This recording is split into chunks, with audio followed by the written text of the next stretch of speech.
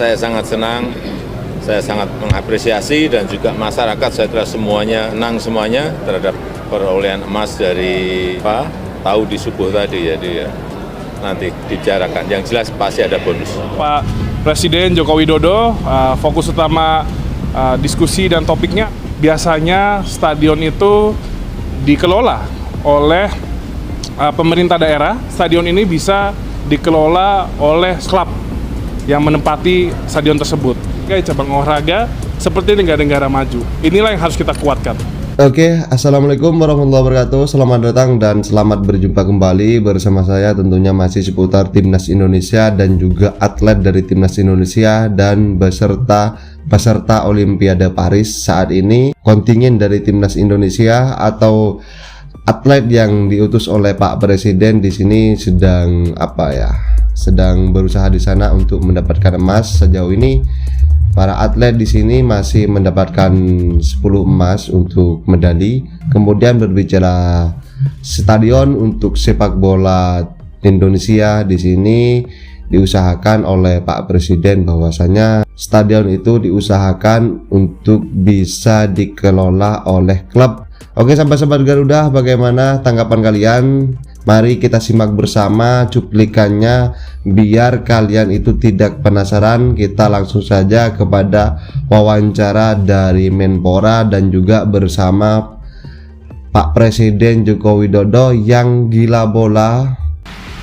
Hari ini baru saja saya menghadiri rapat internal yang dipimpin Bapak Presiden Joko Widodo. Fokus utama diskusi dan topiknya adalah terkait pemanfaatan revitalisasi dari stadion dan juga GOR dan venue olahraga di seluruh Indonesia.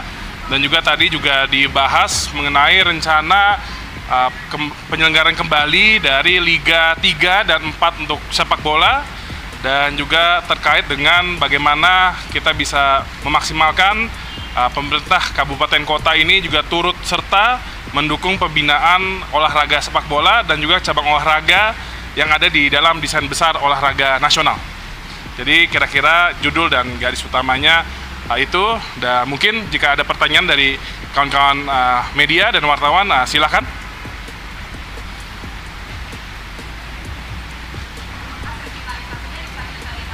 Ya, jadi dari sejak di akhir 2023, awal 2023 maksud saya, itu ada 22 stadion yang direvitalisasi oleh pemerintah pusat yang kapasitasnya di atas 25.000.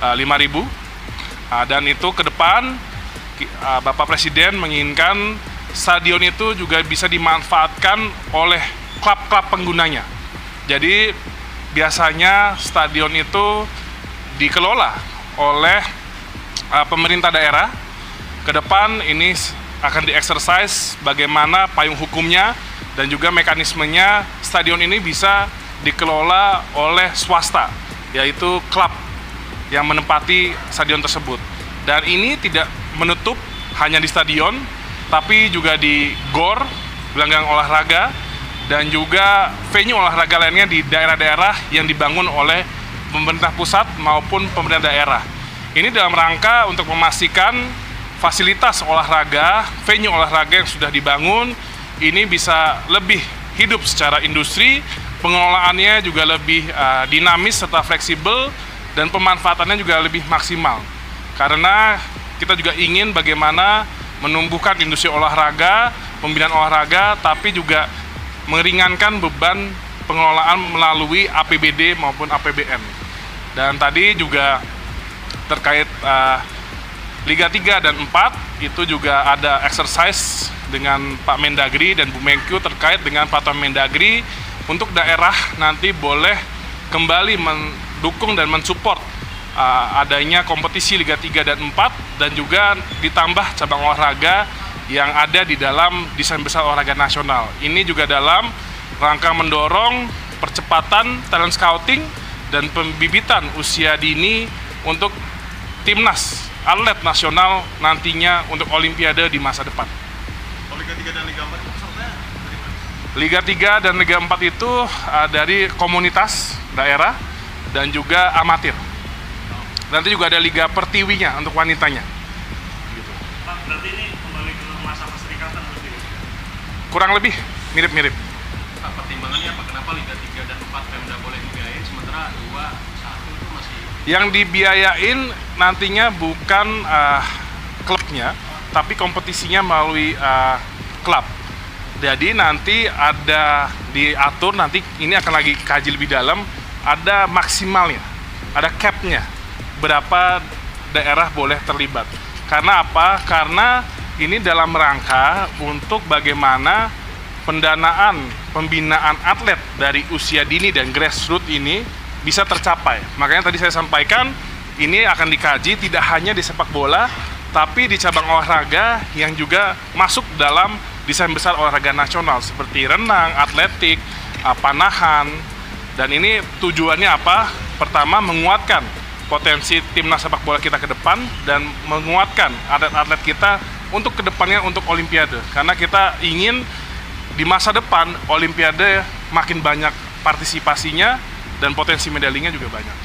Skemanya apakah pakai hibah dan gimana untuk memastikan tidak ada korupsi dalam penggunaan APBD? Ya, skema ini yang tadi makanya kita exercise antara Kemenpora, Kemendagri, PUPR, dan juga Kemenkyu. Pastinya, tadi Pak Presiden juga mengatakan pengalaman beliau waktu wali kota, karena tidak ada batas, itu banyak sekali skema-skema yang tiba-tiba 50 miliar, 90 miliar. Makanya ini akan kita kaji secara mendalam, dan pastinya untuk terkait memastikan tidak ada korupsi, ya kita akan menguatkan inspektorat dan juga tim pendampingan yang gabungan dari Gakum-Gakum ini, penegak hukum ini memantau. Jadi saya rasa nantinya dengan proses yang transparan dan pastinya elektronik, jadi ini akan sulit untuk adanya penyelewengan. Ini yang sudah dilakukan di Kemenpora dalam hal memberikan bantuan pemerintah untuk cabang-cabang olahraga dalam melakukan pelatnas. Berarti selama ini swasta kurang tertarik berarti ya ke 3 dan 4 itu, ke Liga 3 sama 4 itu, karena Pemda harus turun tangan. Ya, jadi mungkin bukan tidak tertarik, tapi penataannya ini yang lagi dibikin menarik. Jadi ini memang harus adanya dorongan, dan alhamdulillah ini nantinya tidak hanya sepak bola, tapi di berbagai cabang olahraga. Karena kita ingin menggenjot prestasi olahraga nasional kita.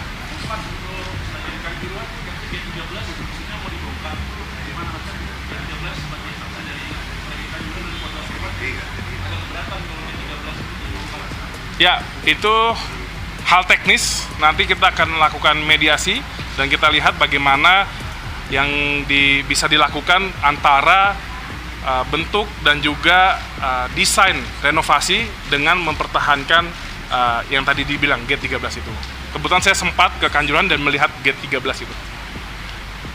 Kalau untuk pembibitan usia muda itu yang sepak bola itu ada kompetisi khusus nggak? Misalnya buat U15, U16 ke bawah, atau campur aja di Liga 1 sampai 4? Oh ada, nanti saat ini kan seperti kami, Kemenpora dari U12 juga sudah melakukan. Ini ada bentar lagi U16. Jadi itu suatu hal yang memang udah kewajiban dari pemerintah. Dan itu sudah berjalan, tidak hanya di sepak bola. Makanya dari itu yang saya sampaikan, dari SEA Games ke Asian Games, itu sudah jomplang. Dari Asian Games ke Olimpiade ini sangat jomplang. Inilah mengapa tadi rapat kami bahas bagaimana menguatkan fondasi-fondasi pembibitan atlet ini merata di daerah. Karena kita ingin target kita di Olimpiade yang selanjutnya ini Indonesia memiliki peringkat yang lebih baik dan memiliki medali tidak hanya dari badminton, tapi berbagai cabang olahraga seperti negara-negara maju. Inilah yang harus kita kuatkan.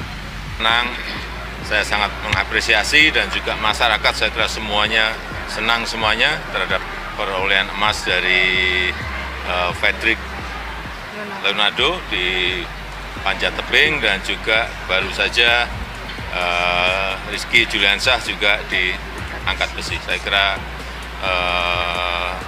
negara mengapresiasi, rakyat juga sangat bangga terhadap capaian emas itu. Pak, torehan 2 emas ini kan terakhir Indonesia ranking tahun 92 di Olimpiade Barcelona. Dan hadiah khusus menimpa bonus. Iya, saya juga kan baru tahu di subuh tadi, jadi ya nanti dibicarakan. Yang jelas pasti ada bonus. Semakin banyak kompetisi semakin baik. Ada kompetisi di Liga, ya kan? Liga 1, Liga 2, ada kompetisi di SSB, ada kompetisi amatir, ada kompetisi di FIFA, kompetisi di AFC, kompetisi di AFF. Semakin banyak ikut kompetisi semakin baik untuk sebuah tim. Dan sekarang saya melihat semuanya berjalan dengan baik. Ditambah lagi plus Piala Presiden. Ini untuk melancarkan, memuluskan keberlanjutan kepentingan pemerintah berikut. Saya sudah bicara dengan Presiden terpilih Bapak Prabowo Subianto. Oke sahabat-sahabat, dimanapun kalian berada, itulah merupakan wawancara dan komitmen dari Pak Presiden juga Menpora yang sama-sama gila bola. Bagaimana tanggapan kalian? Jadi langsung ditulis di kolom komentar ya sahabat-sahabat, karena itu statement atau wawancaranya yang sangat jelas sekali ya. Semoga kedepannya Indonesia, Timnas Indonesia dan juga para atlet Timnas Indonesia itu mendapatkan hasil yang luar biasa. Dan semangat untuk perjuangan kalian. Jangan lupa ditulis di kolom komentar tanggapan kalian, dan jangan lupa like video ini dan di share video ini dan di subscribe channel ini agar kalian tidak ketinggalan informasi penting khususnya Timnas Indonesia bersama saya. Salam olahraga.